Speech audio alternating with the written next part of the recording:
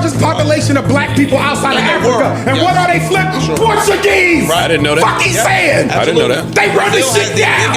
Given rights, people who could earn freedom. And then Europe arrived with a different plan entirely. The Portuguese did not come to trade. They came with guns, forts, they raided and burned villages and murdered people and stripped children of their families. Slave trade. They raided rivals and sold captives and controlled ports on the coastline.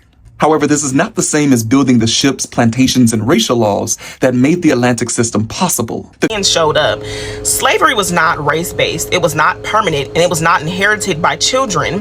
People were enslaved as prisoners of war, and it was not based on their skin color. So you may ask, so did Africans sold their own people into slavery? This is something that we've actually heard a lot of the times. Like, people have actually shared a lot of opinions about this. Which one is the truth? What is actually the truth? Like, if we really want to know what actually the truth is, I am bringing you videos. These are a lot of videos that people who have actually read about it, who have actually done a lot of research about it, are saying. And I want us to go into these videos, watch them, come back and talk. Portuguese! Right. I didn't know that. Fucking saying! I didn't know that. They run this shit down! Biggest black They run population this in the shit world. down! And the reason You said, shouldn't we hate the Africans who participated in the slave trade? I want you to show me one country in Africa today that benefits right now from the fact we was enslaved. you're moving the goalpost. I'm not moving the goalpost. No, I'm not. You are. You no, said, I'm not. Yes, you are. Stop. No, I'm not. Stop. You said Portuguese people or the Portuguese, and I'm agreeing with you. They were some of the pioneers of this bullshit. I'm agreeing with you. Stop. I'm agreeing. And they're not done. Can I ask you a question? Bro, Can I ask you a question? You're not Who colonized Brazil? You're not letting me Who finish. colonized Brazil? Portuguese. Who still controls Brazil? Portuguese. I made my fucking point. True. I'm not. Today they still run That it. don't matter. Brazil is the largest population of black people outside of In the Africa. world. And Yes. what are they flipped? Right. Portuguese! I didn't know that. Fucking saying! I didn't know that. They run this Brazil shit has the down! biggest black They run population this in the shit world. down! And the reason why is This because ain't they past established. tense. Too many black people that don't want to go with me to Brazil when I say that, for that to be true. No, There's it's more the of biggest- us in yeah, Brazil than any than country anywhere. on earth outside of Nigeria. He's right. 1,000% right. Brazil is black. So let me ask you this: Imani's I'm question. going. Imani's question Tell to me. you was, should we hold the same contempt? And I answered his question. And No, my you question, didn't. Yes, You I didn't.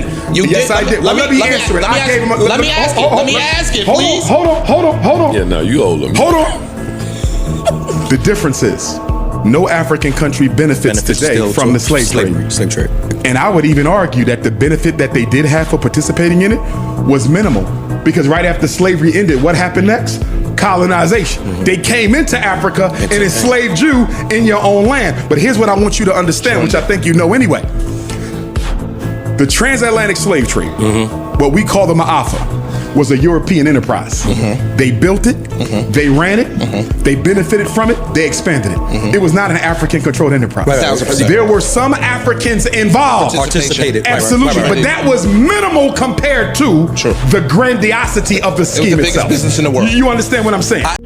Africans sold their own people. Bullshit, that's not what happened. That's the lie they need you to believe. Because if you really knew the truth, everything changes. Before 1500, slavery in Africa was not chattel slavery. It was debt bondage. You know, war captives given rights, people who could earn freedom. And then Europe arrived with a different plan entirely. The Portuguese did not come to trade. They came with guns, forts, they raided and burned villages and murdered people and stripped children of their families, and a system that required 12 million bodies. When Africans refused to participate, they were simply removed from the equation. Over 60% of enslaved Africans were kidnapped directly by European raiding parties. Villages were burned, families were destroyed, the ones who resisted were killed as examples. Yes, some African elite collaborated, under military occupation, under threat of annihilation, under economic warfare. Calling that Africans selling Africans is like blaming Jewish capos for the Holocaust.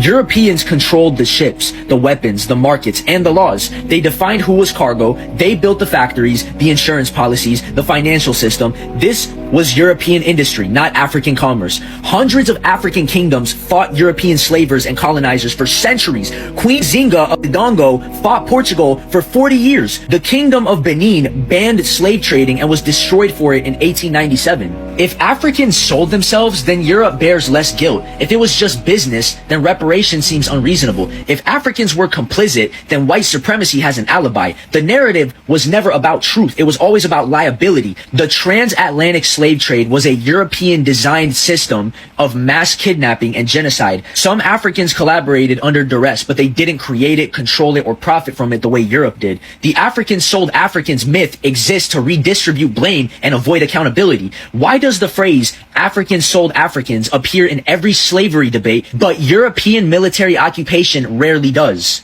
You gotta ask yourself, who really benefits when we blame the victims of a crime for participating in their own destruction? If collaboration under colonization equals guilt, why aren't we applying that same logic to Europe's collaborators during its own occupation? Slavery was a European crime with some African coercion, yes, but it was not an African business venture. And even if it were the case that Africans sold Africans into slavery, how does that negate 400 to 500 plus years of rape, murder, pedophilia, torture, mayhem, chaos, lynchings, child murders, genocide, and stripping an entire race of identity of self? It's more convenient to shift the blame instead of taking accountability for the greatest crime against humanity. So miss me with that fucking debate that Africans sold Africans. That's bullshit. Did Africans sell their own people into slavery?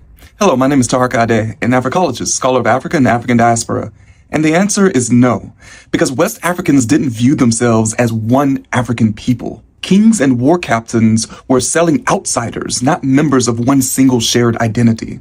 But African kings and elites did profit from the Atlantic slave trade. They raided rivals and sold captives and controlled ports on the coastline.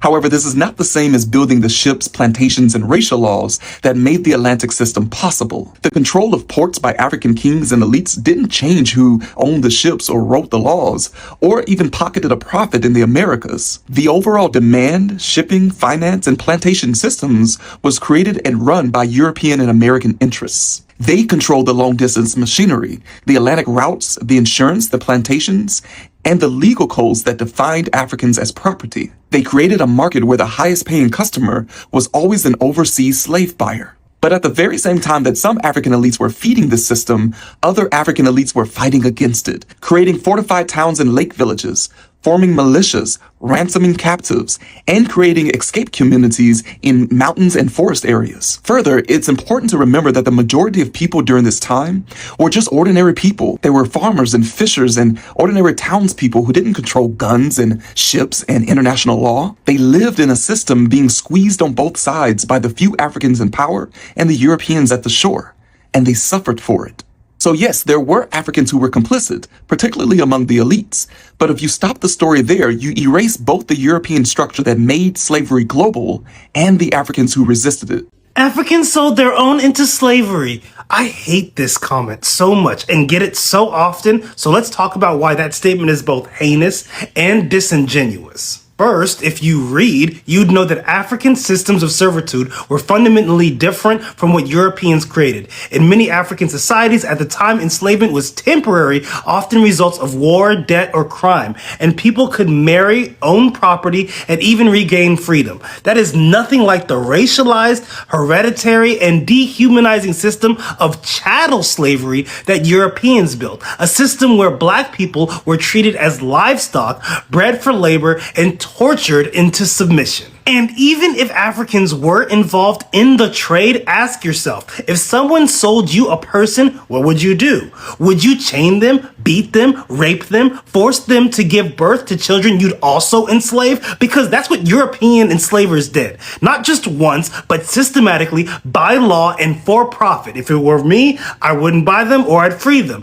I'd refuse to participate in the destruction of a human soul. But European colonizers didn't just accept the trade, they amplified it, scaled it, and legitimized it with laws, religion, and pseudoscience. So no, saying Africans sold their own isn't a history lesson. It's a deflection. It shifts blame away from the architects of one of the most brutal systems of oppression ever created. When you use that line to downplay or excuse what white enslavers did, you're not being objective. You're defending white supremacy. Whether you realize it or not, you're repeating a narrative designed to absolve the people who built, profited from, and protected the system of chattel slavery for generations.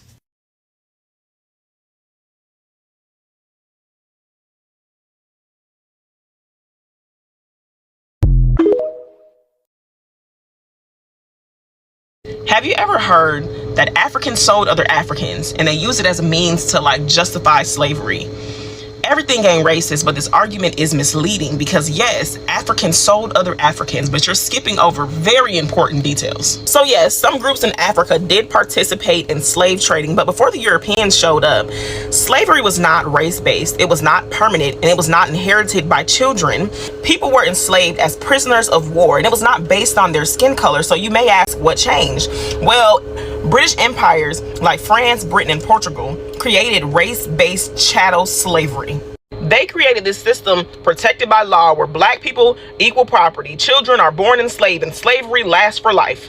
Europeans also created the demand. They built the ships, they financed the trade, they insured enslaved people, they passed the laws, and they profited for centuries. Africans weren't selling other Africans as a race. People identified by tribe, language, and a nation not black. Europeans destroyed dozens of cultures and then piled them all together as one group and made themselves inferior. So when people say that Africans sold other Africans, all they really trying to do is dodge accountability. Everything ain't racist, but saying stuff like, well, Africans sold other Africans into slavery, we didn't start it, absolutely is. It's been a juicy minute. And black people outside of Africa are of the opinion that they were sold by their own. We now have to destroy that myth because it is really a very divisive myth that the Europeans have imposed upon us. To defend themselves in an age of moral outrage, the slave owners said this, don't blame us. We tell the chiefs, we want 200 of your people, and the chiefs sell them to us and we take them, so don't blame us, we haven't committed any crime. They were saying that the Africans were their business partners. Now, the archives tell us something else. The documents in the archives speak about an age of terror, in which Europeans, highly armed with the latest military technology, the guns and the cannons, a militarized culture, arriving in West Africa and unleashing terror across the West African space. And these are small African governments confronting the strongest military complex the world has ever seen. He said, I want you to imagine a gunman coming into your house and said, listen, we're going to rape your wife or we're going to rape your daughter. You choose, but we're going to rape one of them. It's your decision. If you don't choose, we will rape them both. And the history will say, well, the man is selling their daughter. The history is written from the gunman's perspective. Now, write that story from the wife's perspective, from the daughter's perspective. Because what the story will show is that after the man made a decision, he went mad. He now is psychologically destroyed. The wife is destroyed. The daughter will never survive it. And here is a family that is now broken, shattered, psychologically unfit to live. Write that history. The archives are filled with the information to rewrite that story. And that's not what we're now doing. We are now rewriting 300 years of Eurocentric interpretation of what happened in West Africa. What happened? What really happened? There are always corrupt people in every space. And the same way there are corrupt people now who allow those drugs to come in, there were corrupt people also in Africa who victimized their own people for personal gain. But they were always in a minority. If you look at a book called Jewish Soldiers, there's a guy called Brian Mark Rick, a historian called Brian Mark Rick. Yeah, he wrote a book called Soldiers. You will find that 100,000 soldiers were in his army, going against people. Now, I didn't know that. It would be stupid of me to say, "Oh well, what's happened because people." That would be stupid. Even though there were 100,000 soldiers with Hitler to go and get Jews, because when you think about it, who's going to know where they are?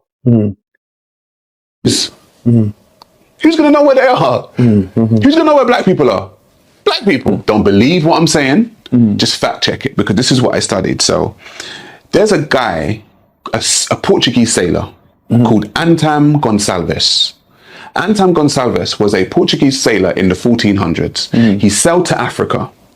And when he sailed to Africa, he's found that the Muslim Arabs had already had Africans enslaved. This is in 1400. When he came there and he saw that the Muslim Arabs had them enslaved, he took some back to Portugal. That's fine. Right? And gave them to the royal family and blah, blah, blah. Subsequently, this is the 1400s, but Arabs had already had black people enslaved from 639 to 642 with a Rashidun Caliphate, right? So they've been enslaving for 700 years before the Portuguese came. So when he kept on going back and forth to Africa, and by 1455, I keep telling people, 1455, Pope Nicholas V of the Roman Catholic Church wrote a decree and a papal bull to tell the Portuguese, okay, to go enslave African people. Right? So people can get co-opted, but it would be silly of me to say, oh, the reason for that is because people helped Hitler. That would be silly, because Jewish Hitler had a plan. He organized it. He maintained it. He knew what he was going to do. Same thing with slavery. The Europeans organized it, maintained it, knew what they were going to do. If they co-opted a couple of Africans or a couple thousand Africans, right, then so be it. But to act as if the reason for slavery is because other Africans done it, it makes no sense when we have the papal bull from the actual Roman Catholic Church saying, yeah, go and get those Africans. It doesn't make sense. It wasn't Africans selling Africans into slavery. It was a Muslim Arab who already had them, and then the Portuguese writing into a decree that Africans can now be enslaved by the Portuguese, and subsequently all the other European nations got involved after that. Black people sold each other as slaves first, and the Europeans just came and exploited that. Is there any truth to that? Yeah, there is, but it's spun 600 years ago. You would have seen yourself as belonging to your country. I would have seen myself as belonging to my country. And battles take place, like battles would take place in Europe. And whoever gets captured is going to end up prisoners of war. That's not unusual. But the way it's presented is deny that you even had a country, deny that I had a country. So we're now all one group of people called black people. So if we're now battling, well, why are you black people even fighting? You're supposed to be one people. The evolution of slavery, it begins in 1441. Kidnapping is how it began. It was the Portuguese that they realized that they could build slave dungeons. The local ruler on the Ghanaian coast, Kwame Ansah, he was told this was going to be a trading center for goods. He opposed it, but the Portuguese burned his village down. So that's how they were able to build slave dungeons. And then once you now have that, you can now pull even more people out by encouraging battle. One group of Europeans arms your side, another group arms your side, and whoever gets captured is going to end up prisoners of war. And it's only now, when some of your people and your people are on the same slave ship, that you realize that's what they were doing. Yeah. Right. And that's why black people that ended up on slave ships and ended up being sent to North America, South America, Central America, the Caribbean, those were the first to realize we've all been played. That's why these were the first people to become Pan-Africanists. I hear people say, how can we place the sole onus of the transatlantic slave trade on white people if black people sold other black people into slavery like Africans sold other Africans? The concept of race as we know it is a relatively new concept. So for example, when you look at the Vikings, they sold people that they captured up and down the British Isles around the Mediterranean. The Vikings didn't look at it like we're selling other white people. They looked at it culturally, that these people are distinctly different from themselves, the people that they sold into servitude. So by that example, the Bariba and the Fula would not have looked at themselves as being the same as the Yoruba.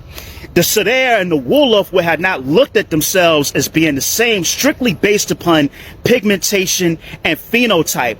This is a relatively new concept. Just to show how far back the concept of classifying oneself of a language and culture goes, look at the Romans. So study Julius Caesar. When he went into Gaul and he enslaved and killed over 1 million people, he didn't look at the people of Gaul as being the same as himself or like other Romans. He wasn't looking at it based upon phenotype and pigmentation. This is a relatively new concept that exists now that we try to impose on the way people looked at themselves and classified themselves in antiquity. So I think the reason why people use that argument of Africans sold other Africans on Africa when you're talking about the transatlantic slave trade is because of racism. So for example, when we look at Africa, we look at it as a monolith. We look at Africans as being monochromatic.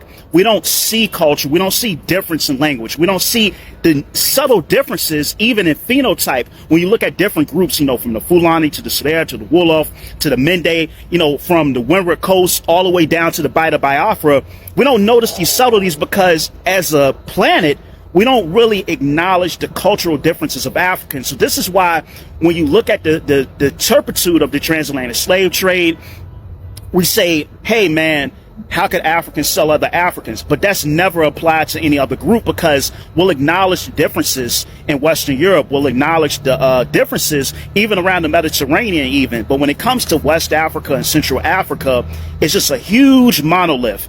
And to discredit the severity of the slave trade, people just say, hey, black people sold other black people. I'm encouraging all, black, white, and other. We have to learn the transatlantic slave trade and the circumstances it produced because it created the world that all of us live in and the world that all of us benefit from currently. Take care. Peace. So the previous video that I did a response to Bill Maher's take on slavery and Columbus on Real Time. I think there's a few points that I didn't really go in about. The reason why I always talk about this concept of Africans selling Africans being erroneous is because during that time period, if you're looking at the 1400s, 1500s, 1600s, 1700s, that concept of how those people that were living there would have looked at themselves, it wouldn't been of I'm enslaving other fellow Africans. It's this group has a culture that goes back hundreds of years, even 1,000+ years with their own king list, their own deities, customs, etc., versus other groups. And so it wouldn't have been that perspective. And so when we say that, it's just kind of this mindless monolith of people just selling each other, and we ignore the different economic factors that force many of these groups to get involved in the slave trade. So it's not to justify, it's to bring a sophisticated view to this particular topic. So the other reason why I can't get on that bandwagon that people like Bill Maher are trying to promote is the simple fact that when you get into the 1884 with the Berlin Conference and how the Berlin Conference just basically took so much autonomy from many parts of Africa, whether you're looking at the Belgium Congo, whether you're looking at what would become Anglophone Africa or what would become Francophone Africa, or you're looking at the Germans in Namibia, that really stumped out many of those empires. It was 1896 when the British, laid that final blow to the Ashanti Empire, and it wouldn't be until 1957 when Kwame Nkrumah came to power and Ghana actually got its independence. So when you're looking at this, you have to keep in mind that the bulk of that wealth, the bulk of that prosperity would have really went to Western civilization. So when you're looking at what would become the United States, cities like New York,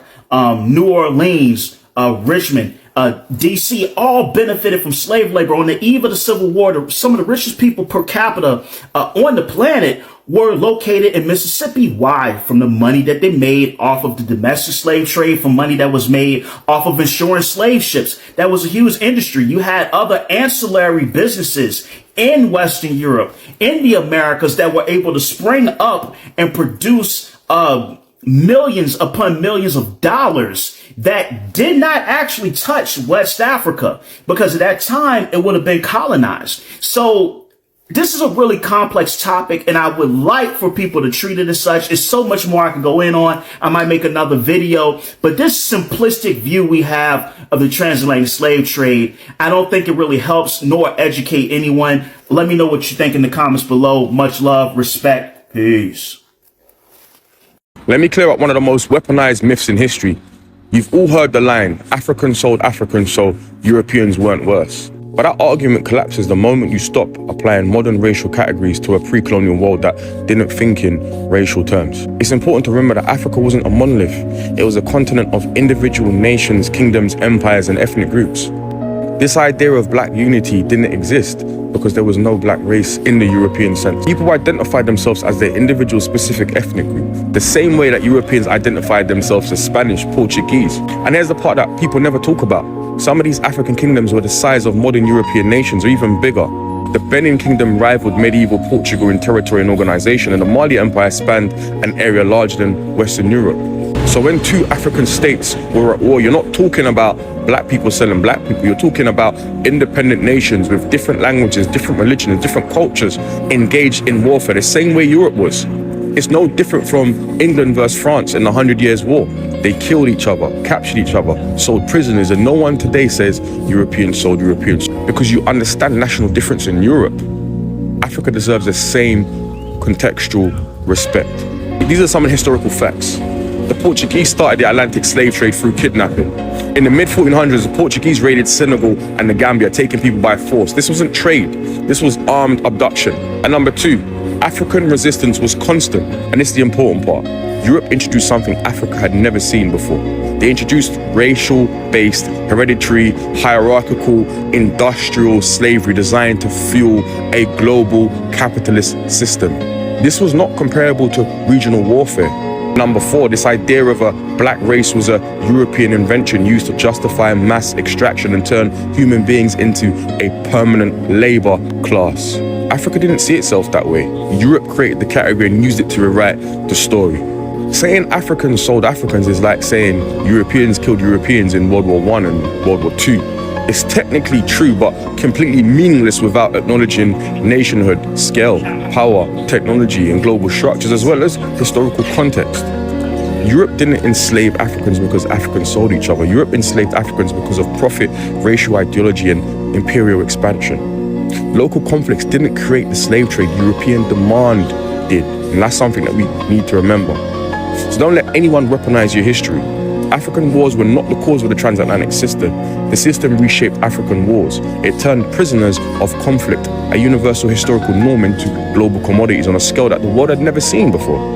This was Europe's doing, not Africa's design. The Africans sold Africans argument is not history, it's deflection. Africa did not create the transatlantic slave trade. Europe industrialized it, racialized it, and built the modern world on it. When y'all say that African people sold us into slavery, what it teaches me is three things. One, that you guys don't view us as a diverse set of people with different genotypes and phenotypes, cultures, ethnicities, religions, clans, nationhoods, kingdoms, you name it. You view us as the same people, one race, one monolithic group of people. We all one, we all in the club, we all fam. Like, that's literally how y'all see us. Number two, what it teaches me is that we people in modern times tend to look at history from a 21st century perspective rather than the perspective of the people who were living in those times. And number three, what it teaches me is that a lot of you don't seem to see slavery as something that happened to African people. You think, because you've delineated from Africans and Africa, and rightfully so, you seem to think that Africans are this big bad boogeyman that just rounded up all these people and sold y'all off. When in reality, the average West African and Central African in this day and age is related to the people that were sold, not the people who were doing the selling. The people that were selling slaves were aristocrats, were kings and queens, were chiefs, were people of high status and power, militarily and politically. And there were slave catchers, don't get me wrong. What I'm not going to do is try to pretend as if there weren't average everyday Africans going around capturing people and selling people off for a quick buck or a mirror or some alcohol. I'm not going to sit up here and pretend as if that hasn't happened. But what I'm trying to say here is that the average West and Central African today has ancestors who are related to the people who were sold. They have ancestors who have daughters that were kidnapped. They have ancestors that have husbands, that have wives, that have uncles, that have aunties, that have parents that were sold into the slave trade, that were brutalized, beaten, sexually assaulted, and shipped off to the Americas, never to return again. And I feel like y'all don't realize that because you don't think of slavery as something that happened to African indigenous people. You think of us as separate from your ancestors, when your ancestors are oftentimes related to a lot of West African people in modern day times. Another thing you have to realize is that the Black identity is relatively new in history. There was no Black identity in Africa. As a whole, we were never all a bunch of Black people just betraying each other and selling each other. African indigenous people were at war with each other and were oftentimes selling prisoners of war, and were also raiding villages and selling off people after they had won those wars. They were capturing innocent people from their villages and sending them off away. That's literally what was happening, which means that there was no concept of us black people versus white people. There was no us versus them. So there was no sense of loyalty or camaraderie. It was every man for himself. Listen, I think, in the olden days, tribes were basically fighting themselves for territories. So at the end of the day, when they are able to conquer a particular tribe and they capture their people, they sell them. So it is actually something that was going on back in the days. And selling people back in the days was like a business until the white people also did what came in. And when these people came in, they also introduced a new way of doing the same business. But where people all the time talk about is Africans selling their own Africans to the white people. As we heard in these videos that I shared, some people are saying that they were forced to sell their people. Some people too are saying that it was the chiefs and the kings, those who had money, who were doing that, not the ordinary African, because it's like a business. If you don't have the money, you can't venture into such a business. You understand? So I don't think it was like the Africans in like the way people say it. You understand? It was perhaps the chiefs, the kings that were perhaps doing such a business. And I don't know, but with the videos that we've watched, some are saying they were forced to do such business. So the question is, should we blame the Africans or the chiefs that did that, or we should blame the white people? I don't think those business or that like those businesses that actually went on in the olden days, majority of it was from the black people. I'm not sure. Definitely it is the white that perhaps brought up something like that for them to enslave their own people. That is for me what I think, and taking them from Africa to the Americas, the trauma that they passed through. So I don't know what you think. Just share your thoughts in the comment section and let us know what you think. Thank you so much for watching.